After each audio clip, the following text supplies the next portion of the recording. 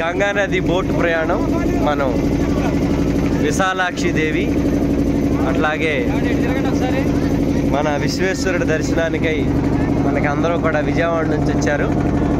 ఒకసారి అందరూ కూడా చెప్పండి, నమః పార్వతీ పతయే హర హర మహాదేవ్.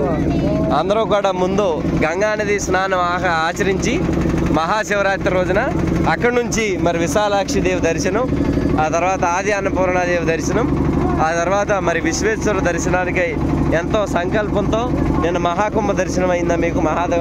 మహాకుంభలో స్నానాలు చేశారా? అయోధ్య కూడా వెళ్ళారా?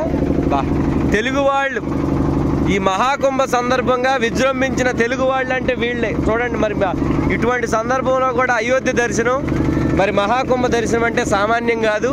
మరి కాశీ వచ్చారు అసాధ్యులు తెలుగు వాళ్ళు, అందుకనే ఎక్కడికి వెళ్ళినా మన తెలుగువాడు అక్కడ ఉంటాడు అనేటువంటి మాటలో ఏమాత్రం అతిశయోక్తి లేదు. ప్రత్యేకంగా ఇక్కడ రాజమండ్రి, అక్కడ విజయవాడ, ఎంత బాగుందో. ఇటు పక్కన కృష్ణ, అటు పక్కన గోదావరి, ఇక్కడ మధ్యలో గంగా, 3 నదులు కలయిక అన్నమాట. ఇది కూడా ఒక త్రివేణి సంగమం.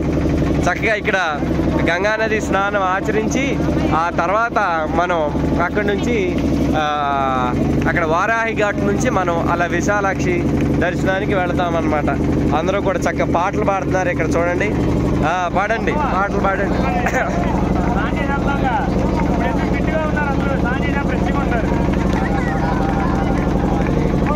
రామనామ కీర్తన చేస్తున్నారు, రామనామ సంకీర్తన.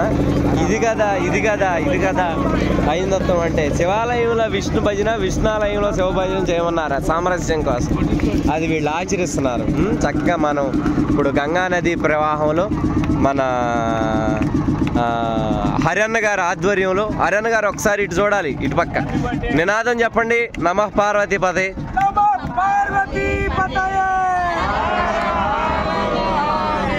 చక్క చాలా అద్భుతంగా అన్నమాట. మనకి ఇటు పక్క వీళ్ళు కూడా కూర్చున్నారు.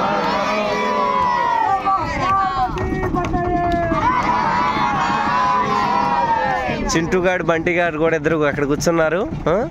ఇటు పక్క మనకి పక్షులు, ఇప్పుడు ప్రజలకంటే అందరూ కూడా క్యాలెండర్లు చూసుకొని వచ్చారు మహాకుంభని. మరి పక్షులకి ఎవరు చెప్పారు? పక్షులు కూడా మరి వచ్చి స్నానం చేసుకొని విశ్వేశ్వరుడి దర్శనం పైనుంచి చేసుకొని వెళ్తున్నాయి. మరి అవి ఎంత అదృష్టవంతరాలు.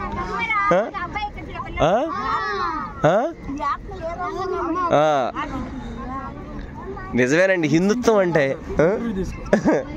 హిందుత్వం అంటే కేవలం మానవులకు మాత్రమే కాదు, ప్రకృతికి కూడా అనమాట. అందుకనే మనకి ప్రతి దేవతకి దేవుడికి కూడా ఒక పక్షి కానివ్వండి, ఒక జంతువు కానివ్వండి, అంటే సమాజాన్ని నేచర్ని కలిపినటువంటి ధర్మమే హైందవ ధర్మం. ఈ హైందవ ధర్మం గొప్పతనం ఈరోజు ప్రపంచ దేశాల్లో ఉన్నటువంటి ఫారినర్స్ అందరూ కూడా తెలుసుకొని, మీరు ఇందాక చూశారు, ఎంతమంది చూశారు బోట్లలో? అందరూ కూడా తెల్లవాళ్ళేనా? ఫారినర్సే కదా. అలా దాదాపు 20 లక్షల మంది పైగానే మరి వాళ్ళందరూ కూడా ఇక్కడికి వచ్చి మరి స్నానాలు ఆచరించడం జరిగింది. మరి దర్శనాలకి వాళ్ళకి ఆ అదృష్టం లేదు. విశ్వనాథుడి దర్శనం వాళ్ళకి అదృష్టం లేదు, మీకే ఉన్నది ఆ దర్శనం.